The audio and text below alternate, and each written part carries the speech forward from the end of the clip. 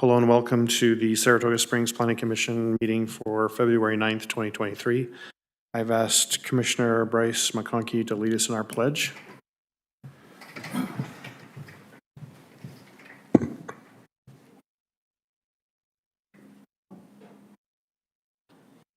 I pledge allegiance to the flag of the United States of America and to the republic for which it stands, one nation, under God, indivisible, with liberty and justice for all. Thank you. All the Planning Commissioners are present this evening except for Commissioner Rachel Burns, who is absent and couldn't be here with us this evening. We have a quorum present.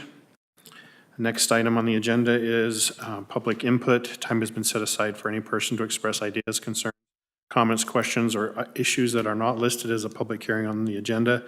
Comments are limited to 3 minutes. There is one item on the agenda this evening that is a public hearing. So anyone who has other comments can come up and comment at this time. I'm going to close the public comment. We'll move on to item number 4, public hearing amendments to Title 19 Land Development Code of the City of Saratoga Springs, Chapter 19.4.07, Land Use Regulations, Agricultural and Residential Zones, Setback for Regional Commercial and Community Commercial Zones, Evergreen Crossroads, and Redwood LLC. Caitlin Fox is the applicant, and Kendall Black. Kendall Black will be presenting this evening, so I will turn the time over to him.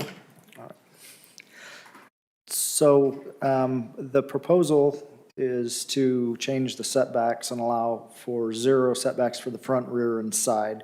That was what the original application mentioned. We've gone through that, and we wanted to, as a city or as staff, we went through and we wanted to go for rather and do just the 0 side, because the 0 front and rear didn't make sense with much of anything. So it's showing, so this is not specifically just for this property, but she was the applicant. She wanted to do for all regional commercial, and we wanted to extend that to regional commercial and community commercial as well. But this is just showing that right now, if they wanted to amend the plat, it wouldn't work with how the verbiage is for the code. Currently, we have a 10-foot side, corner side and front setback. Interior sides are 10 feet, or the height of the building, whichever is greater when adjacent to residential, which doesn't apply here. And then the rear is 30 feet, or height of the building. Their concept that they proposed originally showed as on the screen there. And you can see all of those are just existing, except for the lot 1G was a proposed oil lube place. If you look, it's not on that. So what, I was talking with Sarah Carroll, planning director, and we decided that a 0 setback didn't make sense, because that could be the 10-foot down to a 0-foot setback, meaning anywhere in between. So we decided that we're proposing that it made more sense to have exactly 0 setback if the buildings are touching, so you don't end up with something like in the picture where you have a gap where people could start living or trash ends up in there and stuff like that. So that was one of our proposed changes to it. We also wanted to change the table, because right now it looks very wordy, and change that to actual footnotes with explanation down below, so the table's not stretching further and further with additional verbiage. So it'd look more like that right there instead. So just have the 10-foot setback and then the footnote explaining this is what we're changing it to. This has been done elsewhere. This is not the first place. Granted, so it's done here between Hobby Lobby and Ross, but there they have it in their community plan explaining that they're going to do this. We do have proposals for other businesses that are going to want to do this in the future. Over across the street in the Home Depot area, there was some making it to where they can sell off the individual portion of the building rather than having to buy the whole development at once. We came up with some questions that were, that's causing us pause, making us want to put this, table it to where we can clear some of this stuff up and try and figure out what we want to move forward with. One of them is, when should this be applied? Should it be only for new construction? Should it be allowed for older buildings as well? What else, what other requirements do you have going along with this, rather than just, okay, everybody can have a zero side setback if you're in regional commercial and community commercial, if their buildings are touching?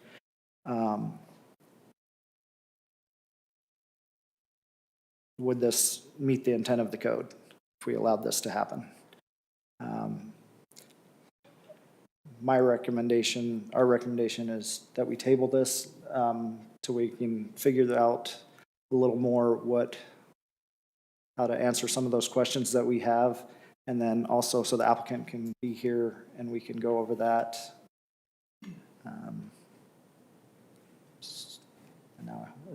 Okay, so you have this questions. wasn't noticed as a public hearing, so we need to allow some time for the public to comment at this time. Okay. So I'll open this up for public comment, and please keep your comments to 3 minutes. No repeat comments. I'm going to close public comment, and I'll open this up to the commission for any comments that they would like to have at this time. Commissioner Kilgore. Okay, so did you say the recommendation is to table the item? Yeah. Okay, all right, For now. okay. But I'd like to just go ahead and make my comments, and that way maybe that'd be part of the discussion. Okay.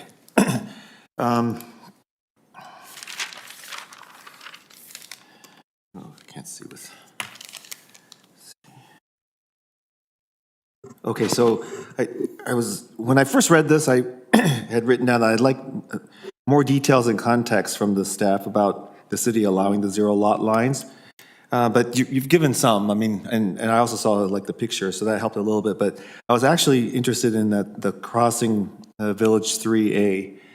So why was that particular village given, or that village given the zero lot lines setback exception? They had that in their community plan, and so that passed through as it was. I don't know the specific background on that, but that was, from what Sarah was telling me, Okay, it was through there. so it just kind of passed through. Okay. We find in community plans, village plans, a lot of provisions that stray from our regular code requirements. And if it gets approved as such, then they're permitted to do that. So it's basically they're creating their own code for their development. And then based on that, have we heard of any issues with having, especially in the interior like that? I haven't heard on that. I mean, you have a bunch of buildings that are all touching that whole way. It just happens to be that this one's owned by Hobby Lobby and the rest are owned by the other. I mean, it's just a different lot is all that is. What about right-of-way considerations? Are there any right-of-ways in that kind of an interior setback area? No, Like for utilities or anything like that? Nothing like that? Okay. Fred, did you have a comment? Or did you It's just the same thing that Ken was saying, that with a planned community zone, they're allowed to have their own different kind of code. And so they don't have to adhere to the city's setback standards, for example, and other kinds of. Okay. And then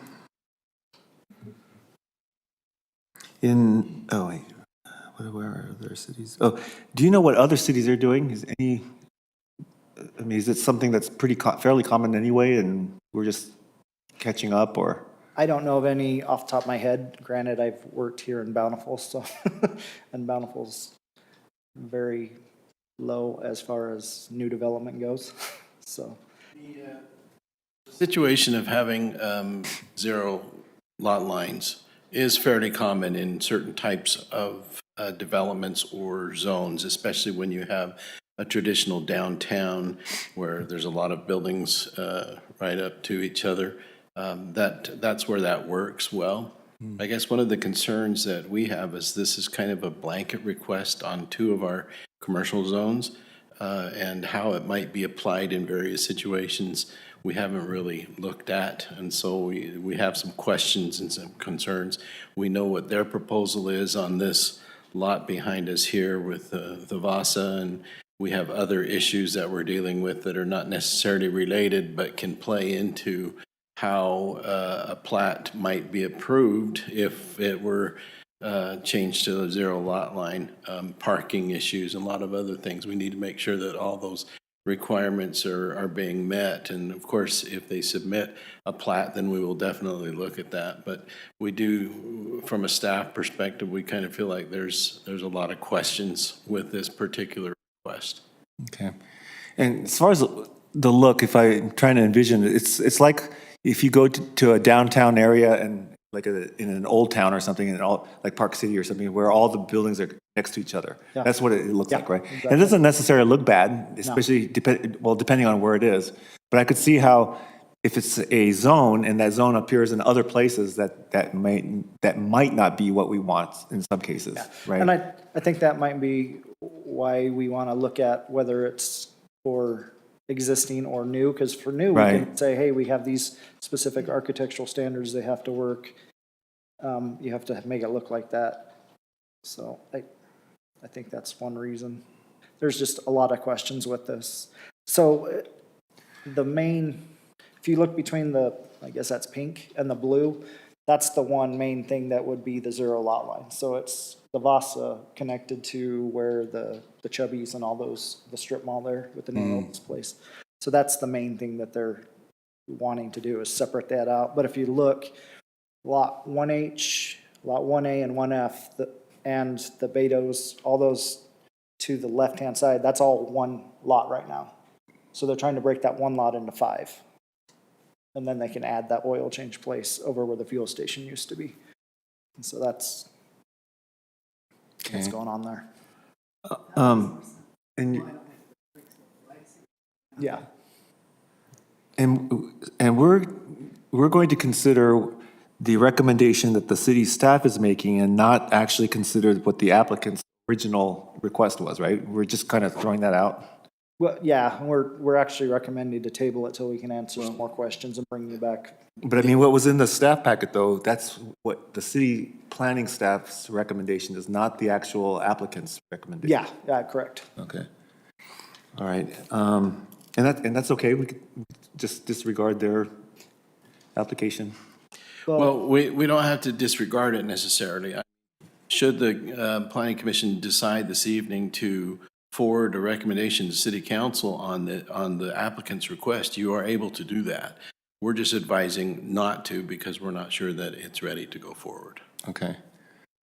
Yeah, I guess I don't remember a time where we don't actually consider the applicant's request and just look at the one that the city has decided or the planning staff has recommended. I don't have a problem with it, but Yeah. I just don't remember ever doing that before. We had questions Yeah. about it as well. Okay. Fred, did you have a comment? Yeah, so I had the same question and in talking with them, and basically what the staff is recommending is denying their request in part, except for the side setback. So it's just kind of semantics, it's verbiage, I guess, how it's being said. So That makes we're still sense. following, we're still following allowable procedure then? Correct. Okay. Yeah. Okay. And then in 19.04.10, land use regulations, non-residential zones, table, I don't know what that, page 13, I guess. Table 1. It says, if you could explain what the minimum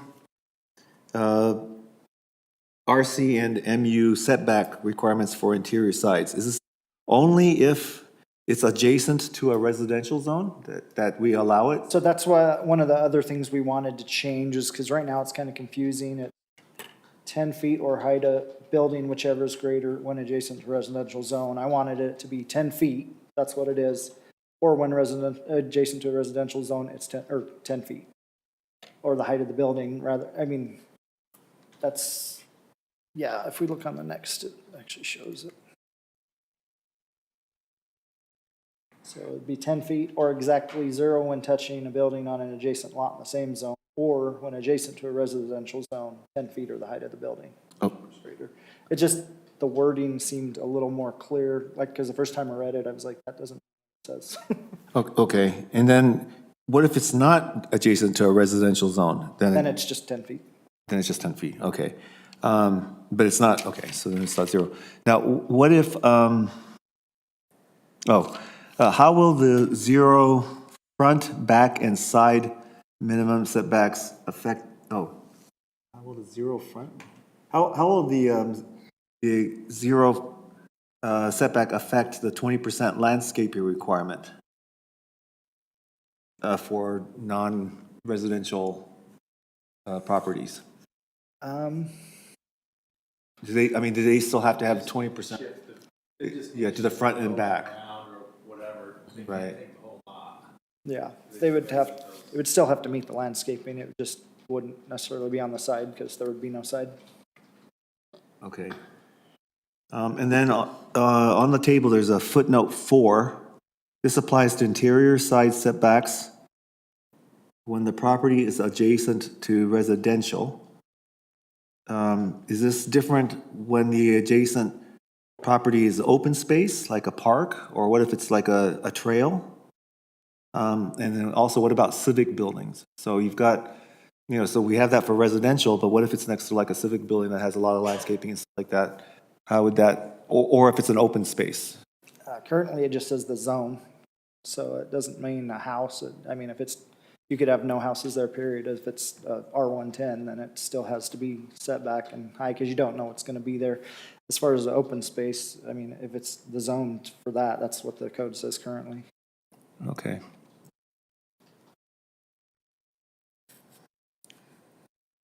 I'm trying to imagine what it would look like. I guess it's hard to decide unless we know what we're trying to accomplish. So usually on these, it's good is you have a 30-foot setback to the rear, and that's what we wanted to keep. Right, Because if you make that a 0 setback on the rear, then you're right up against the property line. right. If you have something behind there, then it kind of, it doesn't matter how tall your building is, you're blocking whatever with the 0 setback it doesn't seem. I think one of the objectives we'd like to achieve when, if you do table this or continue it, that we would like to have some clear visuals or graphics, how this might be applied in various instances, which is not something we. Yeah, that would be, I keep saying, what is this going to look like? And I keep on the notes, and so that would help. Also, what about fire? If you have a gap, now you could get a fire hose in between a building or something, but if it's all one facade, I mean, we have obviously those kinds of, locations all over the world, but what about our city? How we respond to that kind of situation where there's no, I brought this up in DRC, and the fire chief talked about how they would have to be rated, the way they're built and the construction, they both have to be rated correctly on both sides, not just one side. So is that 4-hour rating? Something like that. But yeah, they would have to make sure it was rated as for buildings that we're touching. okay. Where if they're not, they don't have to be as much, I guess. Okay, I think that's it for me. Thank you. Thank you, Commissioner Kilgore. Commissioner McConkey, then Commissioner Ryan. Thank you, Commissioner Cunningham. Just a comment, your question or comment about the staff not kind of giving their input on this. I appreciate, I see the staff as experts. We're not. And appreciate their, I look at the staff as they're the ones with the foresight and kind of the ability, because of the training, to look ahead and see how it's going to affect the city. And so while we have the freedom to recommend whatever we so choose, I just appreciate their input, and that's what I see it as, is they're giving their professional opinion on whether or not it's going to be good for our city. And I appreciate that. I look at worst case scenarios. So anytime that we do a code change, I just try to envision what's the worst that it could possibly be, and if I'm good with that, then I'm good with the code change, you know, if I'm not, then you go from there. One of those things, zero front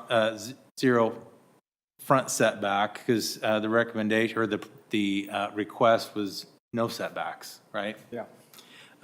Driving through Salt Lake City, I'm assuming, I don't know, that they have zero front setbacks because you got the sidewalk that goes right up to the face of the building. And so you end up with the big city with lots of these buildings closely spaced together and so forth. I don't know if that's really what we're wanting here. I don't know if it really fits our environment. I don't know that that's what the residents want. So getting rid of the front setbacks, I think, would probably be a mistake. Maybe it'll change in the future, but as of right now, I think it doesn't fit what we're trying to achieve aesthetically. The only exception to that might be if it's along a busy road like what, I don't know, I'll just throw out Redwood Road, but I really don't mean that. But if we have a busy road that having maybe a landscape buffer or something like that really isn't going to do anything for what we want, then I think that could be an exception, but I don't know that we're ready for that, to go that direction here. That's just my opinion. Rear setback, same thing. I just feel like it would be a mistake to get rid of the rear setback.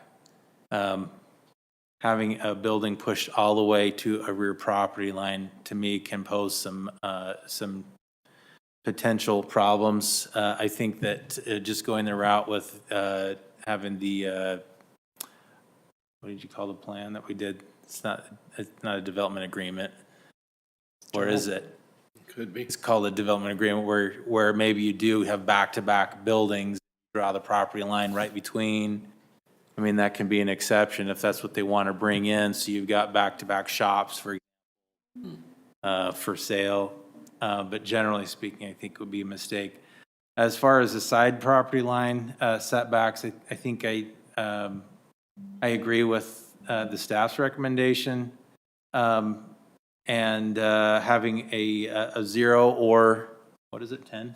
10. A 0 or 10, nothing in between, as long as, and it's my opinion, as long as they're attached. And if they're attached, then we would need to specify how they're attached and how much they're attached. So if we go to that image, the map, or where is that? Yeah, that one. So if we look at the Lot 1A and Lot 1F,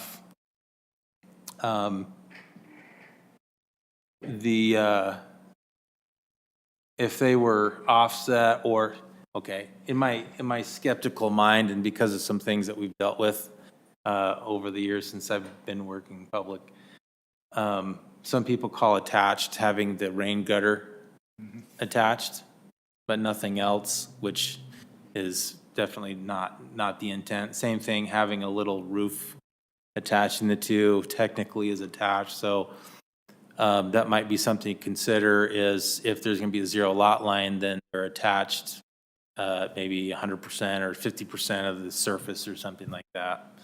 Again, one of the things I would not really like to see is, again, Salt Lake City, State Street, where they have that little metal panel that's closing off a little alleyway that looks like it's like, I don't know, 4 feet wide or something like that. I think that's kind of wasted space and not really good for what we want here. I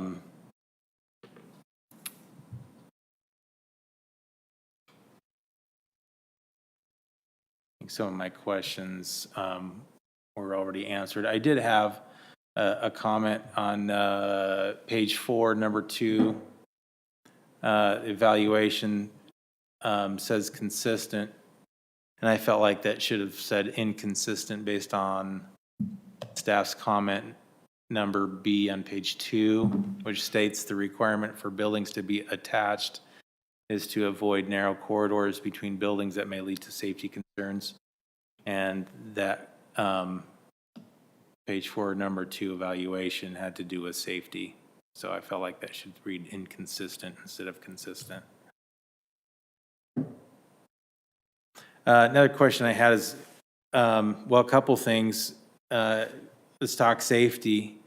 It's not clear to me what safety concerns there are as far as having buildings closer than the 10 feet, but more than zero. So certainly there can be some safety concerns. The building code requires fire-rated construction if they're in, certain close proximity from the property line. So fire safety concerns is taken care of by the building code that the state adopted. Other safety concerns, I don't know what that would be, other than a dark, scary alley or something like that. Maybe we're trying to avoid. So I'm just throwing that thought out there. My question is, what are we really trying to achieve? The aesthetics of either having at least 20 feet between buildings or nothing in between. I think that would be good to have part of the discussion, maybe the city council or something, or for us to consider if that's the direction that we want to go, then let's talk aesthetics and justify it that way.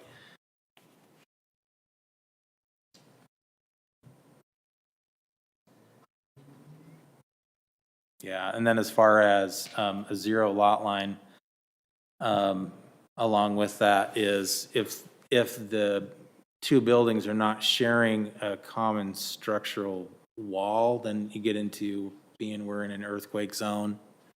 Buildings act differently, so you typically have a separation of 1 to 6 inches or more just for sway. So I don't know if the code would need to kind of not mention that, but consider that. So if it's a zero lot line, that it's structurally connected, so it acts as one seismically. The other thought that I had was, and I think this is kind of, since the city's trying to create walkability, do we also consider a maximum running distance, not like physically running, but continuous distance for connected buildings across, so many proper lot lines before a walkway is needed in between, so that, or we run in, maximum 1,000 feet, and then we got to provide a walkway or something to that effect. So at this, bottom line is I think I agree with the staff's recommendations at this point, but that's it. Thank you, Commissioner McConkey. Commissioner Ryan, then Commissioner Kilgore. Thank you, Mr. Chair. I appreciate the questions that have been raised so far. My question is more sort of backing back out a little bit out of the weeds and just asking, so the petitioner for the change, noted, hey, in some of the development agreements, these have been allowed. But for the way that the petitioner has sort of framed their request, are there no other avenues that they could get their desired outcome versus a blanket change of what they're proposing? Depending on which one we assume is their main priority, they couldn't separate lot 1A and 1F as the code currently is. They could make lot 1G, and that's one of the things that's kind of scary with that is there are 62 parking spaces that are going to disappear. Yeah, we're not going to do that. I don't That's want to be on already- the record yet, so don't put that yet, but for the one YouTube viewer, plug your ears, but man, we Yeah, can't so put that there. that's one of our big discussions. That's other than, that with the code currently how it is, that actually could happen. So we're talking, we would have to make a blanket entire change to the zone. Right, and so it's important to remember that this is just a proposed concept that the applicant may bring forward, may or may not. But this code amendment would be applicable to all properties in these zones. And so that's why we want to not necessarily focus on what they're proposing here, but just think more universally how this could impact our. And then again, the governing thing on the other side for me is there's no other avenue. to do a. For zero- considerations like this, for Well, them they, to, I mean, you can do a community plan. If they're in the plan community, they can do community plan. are they like in Hobby that in Lobby this and Rustic. situation? No, not here. So it's either A or B, am I correct? Like either, like we get a change there, and not necessarily the front, and back, but the side, or they don't, is that correct? Yeah. So, What are you asking specifically? So I'm just, like, to redress their concern, that's always, I'm just trying to think, like, Oh, outside of the In box. this particular situation? Yeah, I'm trying to separate the two, right? So I they're don't- coming to this because they have an idea in mind, and they say, and they're looking and say, well, you've done it elsewhere. So is it analogous enough to say, it should apply in my situation, right? I can say that we haven't done that analysis, and I would doubt that the city has done that analysis to know if they have any other, in other words, if they don't get this, if this is still going to happen, what they're going to do, we're just going off of their application as it is. Okay, that's fair. So we're Yeah. just basing this off of what they're proposing and saying pros and cons of Right. what's proposed here, without necessarily delving further into, is there any other avenue of redress? Correct. That- At least that's my understanding, there Kendall. was a bunch of other issues with it that engineering brought up. If they try and do split this up like that, there's $100,000 worth of like water lines and other things that they would have to run. And when we were talking to the developer's engineer, they were saying it's too expensive. They weren't going to do it. And then magically this came back again. So So that's why we kind of wanted to Yeah. separate these two out and say, yeah, there's two things happening here, but really tonight, there's only one. And we need to not be too caught up in what their proposal is, because there's a lot of concerns and issues that surround that, and you may not even see it come forward because of that. We have to plow through those issues. But what we're looking at tonight is how this will affect universally the zones. Yeah, no, and I appreciate that, and I hope I'm not trying to meld the two. I think I understand what we need to be able to do tonight and table and review it. I support that as well. I was just looking at it from their perspective. They're only proposing this because this is the only thing that they could possibly do to do that. And I would be, if there's more out there, I'm sure it will come to light then if we don't, grant the way that they're looking at this. I will also add, just thinking of the overall notion, I think it's a good idea. So I kind of just read some things into talking about these. You don't want to create spaces that are just sort of spaces, right? Where you could have vagrants or people hang out or things happen in alleyways that you don't want to have happen in alleyways. So I think overall it's a good idea. I think we want to, as a city, I'll push back like a little bit on Commissioner McConkey, like where, hey, front setbacks, maybe that's something like in a downtown area, get to a downtown type of feel.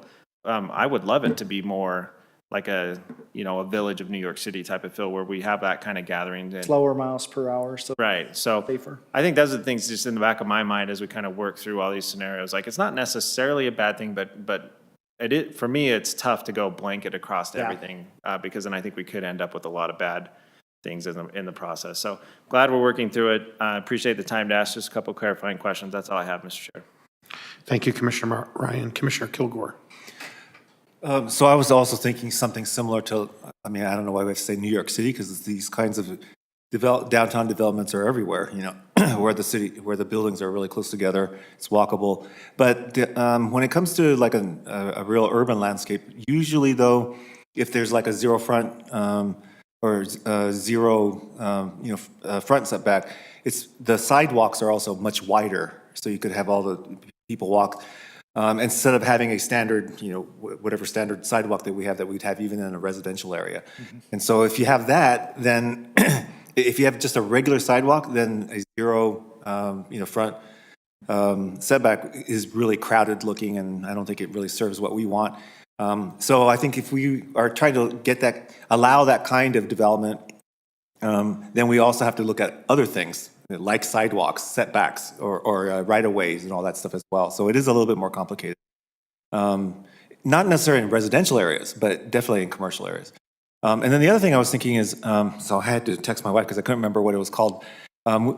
Just a couple weekends ago, we went, I can't remember, Mountain Village Riverton, that's what it was. So it looks like Riverton has created their downtown area. It's fairly new, or maybe it's not, but I didn't know about it until we visited it, and it's got a lot of commercial building, businesses and restaurants and things like that. And it's not the only place that's built like that. And even as Saratoga Springs considers what we want in a downtown area, that's one of the probably designs that we should think about. And by that, what I mean is, it's not a row, it's not like a row of buildings facing a street. It's more like an entire area that's a pedestrian zone. And it's not necessarily in a grid formation. It's you got some buildings here, and then you got some open space, which is, well, not necessarily open space, but it's all pedestrian.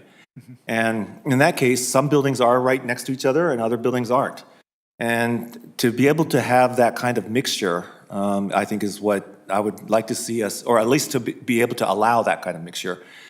So when you're considering, what we do with these interior setbacks, that I don't want to say we are not going to allow it, but at the same time, we can't just allow it everywhere. But at the same time, if we decide to have a downtown that is going to be more like that, instead of just a strip mall type of thing or along a road, but rather an entire area where you have diversity of how the buildings are placed, and then you've got fountains and you've got broad walkways and all that, then I think that's something that we have to consider when we were, making that code change. So, it was really nice the way they do it. There are other towns that have tried to do something similar. It didn't work out as well. Maybe that's because of the type of commercial buildings that actually came. But I think as far as the variety of how the buildings could be situated next to each other, I think that's something that we should consider. So, thank you. Thank you. Thank you, Commissioner Kilgore. So at this time, if there's no other comments from the commission, I'll entertain a motion to continue this item. Do we have a date where we want to? I would recommend, Continuing tabling it, what's the difference on those two things? well, tabling is basically continuing without a certain date. Oh, yeah, So- that's- yeah. So I think that's probably the way we need to go, where I don't know if we're going to be ready in 2 weeks or whatever. Okay, thank you. Mr. Chair, I'd like to make a motion to continue the code amendment application for zero side setbacks for lots in the same zone located in the regional commercial and community commercial zones to a future meeting date with direction to the applicant and staff based on the discussion we had this evening and what's been presented. We have a motion from Commissioner Ryan. Do we have a second?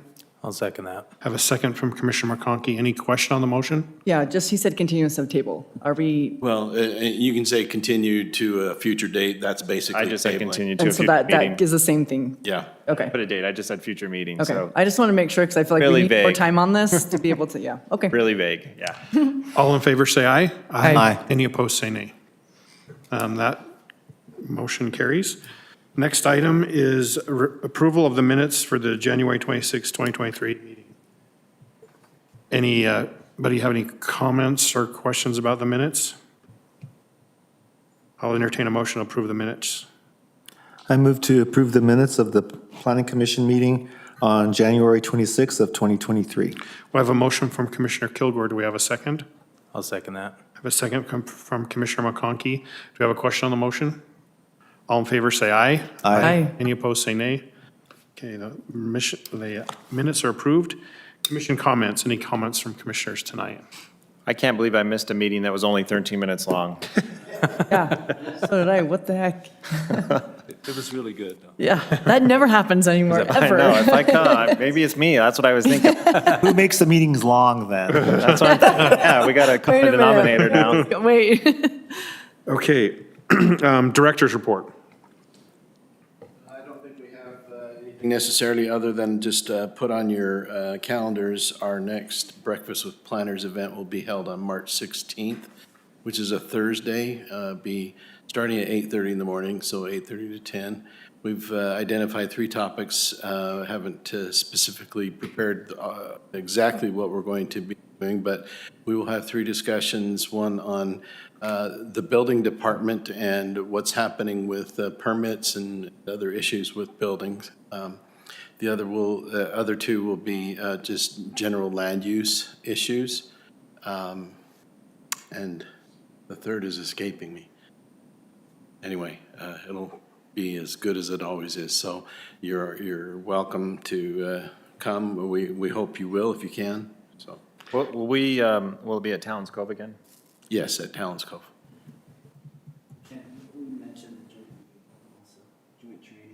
Oh, yes, the joint training meeting on the 21st. So that is a Tuesday. So Not it's March? March? No, February. February.